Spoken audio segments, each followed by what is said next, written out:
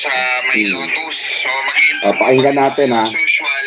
Alamin natin ang salubin na sambayan ng Pilipino regarding pa rin sa impeachment laban kay Sara Duterte. So magtatanong tayo rito, public survey as usual. No-cut po ito mga kababayan para makita nyo po kung ano sa totoong salubin na sambayan ng Pilipino. So dito, start tayo rito, no? Tara. Ito, i-forward na lang natin mga kababayan, ha. Ito, yun sa mga galit na galit. Ito po, wait. Impeachment laban kay Sara Duterte. Wala kayo. Hindi kayo updated, ma'am. Okay. Thank you, ma'am. Kayo, ma'am. Pabor ba kayo sa impeachment laban kay Sara Duterte na isinampa kayo? Bakit po, ma'am? Ay, alam mo, kandidato pa siya. Hindi na niya nagagawa na yung trabaho niya, kakandidato siya. Kandidato daw eh.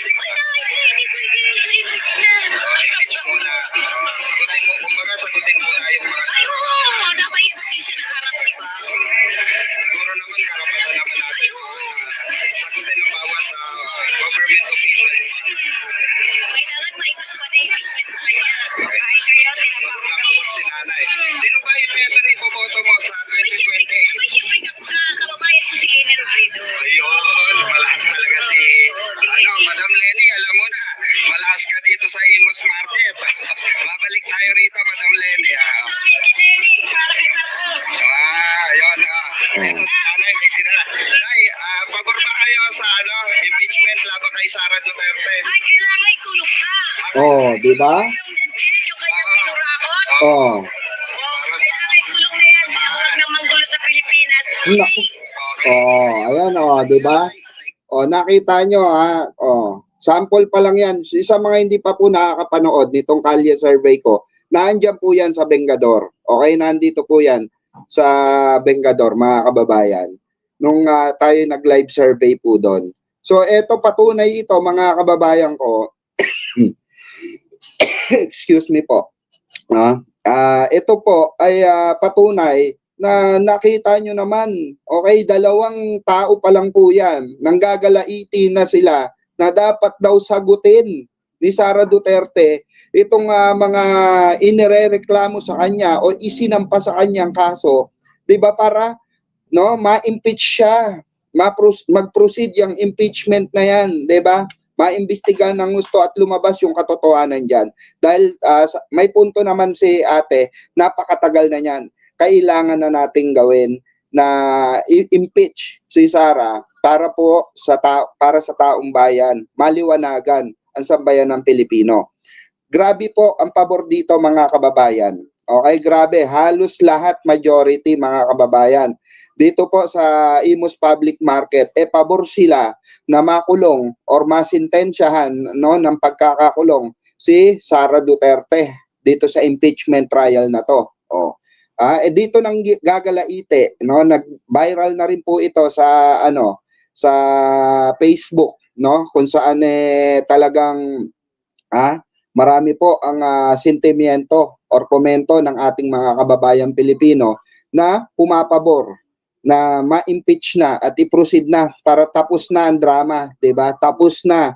Kaso that time kasi, mga kababayan, hindi natin masisisi, ang kahit na sabihin nating naipasa yan doon sa sa Senate, hindi natin masisisi yung mga iba na pabor, 'di ba? Dahil majority ay hindi pabor, 'di ba? Mga alay ni Duterte o ni Digongyo, 'di ba? So 'yun ang mahirap, mga kababayan. Kaya po ikalat po natin ito, nasa pages ko po ito, Birador Pikwa, Pikwa TV, ayan, sa Red Mac Short at sa Birador Pikwa page. Okay, nakaano po yan, mga kababayan.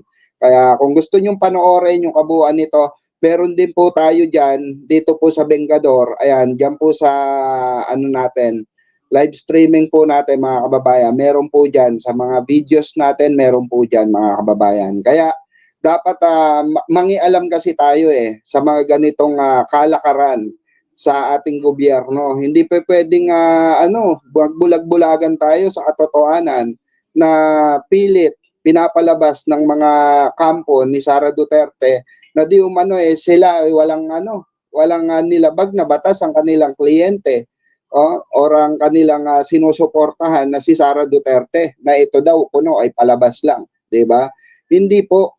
Yan po ay napakalaking katarantaduhan dahil yan po ay isinapubliko ng ng ating COA, sinapubliko po ng DepEd, sinapubliko po ng Congress yung hearing na yan na kung saan naglabasan ang mga solid evidences laban kay Sara Duterte, 'di ba? Kaya po ito po gumawa na naman sila ng kanilang drama official na kung saan po itong itong 8 kalibre itong 18 caliber na sinasabi ng panig nila defensor itong di umano ay naglabas ng mga matitibay na ebidensya mismo po dito sa Jessica Soho. Itinalakay po ito.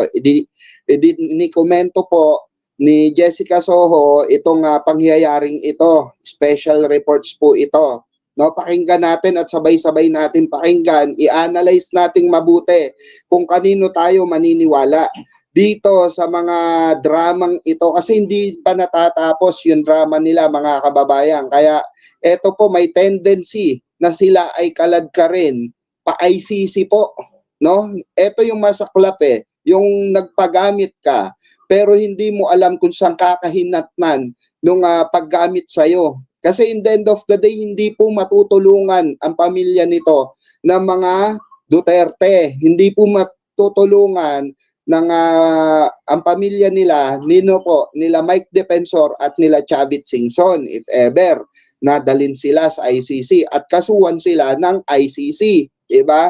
Kasi doon po sila lilitisin diyan dahil yan po ay Rome statute po ang nila diyan, nilabag nila, okay?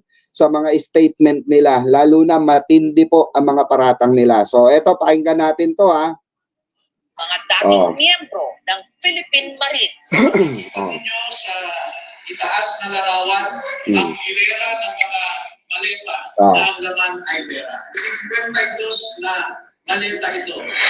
Bukod sa pagde-deliver ng pera, kasama rin daw sila sa mga di-umano nag-escort sa mga investigador ng ICC o ng International Criminal Court kung saan din binidinig ngayon ang kaso laban kay dating Pangulong Rodrigo Duterte.